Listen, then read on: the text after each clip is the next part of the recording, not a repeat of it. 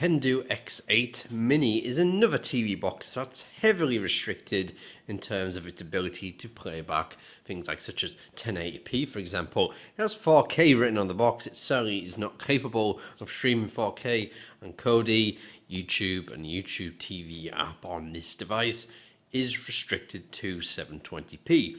So can we make this box better? Can we install maybe LibreELEC or even the latest version of Android TV to make this box run just that little bit sweeter and get that little bit more for your money?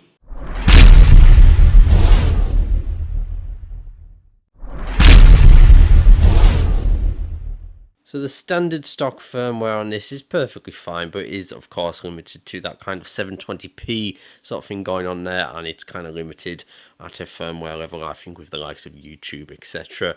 And you won't be getting anything like 1080p from YouTube, that's for sure.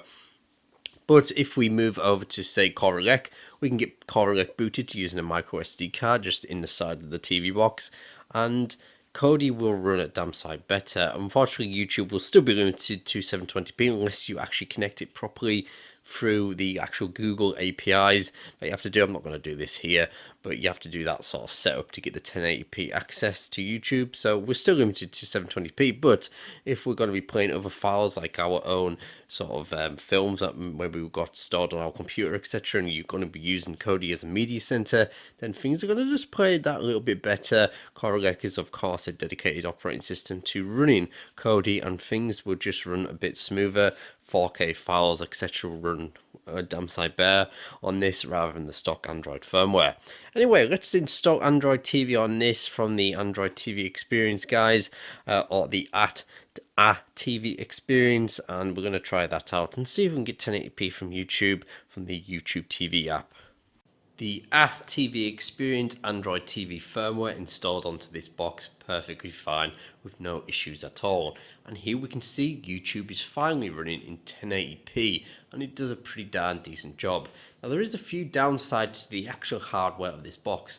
The Wi-Fi is incredibly slow. I do have to have it placed pretty near to my router to have it, running properly, but apart from that, it's okay. Now this box is identical to another box we reviewed quite a long time ago called the X96 Mini, and I love that box purely because I could install anything onto it and get anything to run on it, such as LibreELEC, and at the time we were installing firmware from Tanix and all these different places, and it had no issues at all running it.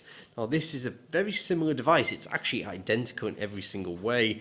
The hardware is the same. Actually, the casing is very similar as well. We've got on the back here the little bracket mounts that came with the X96 Mini. Fortunately, the bracket doesn't come with this. As well as that, it's also got the IR extension input on the back. We don't get that cable either, like we did on the X96 Mini, which is a shame. I would have liked to have seen that in the box, but never mind. Anyway, from someone who likes to tinker with boxes, like say you're used to using a Raspberry Pi or a development board of some sort, this is a perfect cheap box that you're going to get lots of fun out of. But if you're not into that sort of thing and you just want a box that works and you want to play 1080p, 4K stuff, I don't think you should go for this box because you're just going to come across loads of different issues. But there we go. It's a decent development box that you can play around with and do lots of different things with.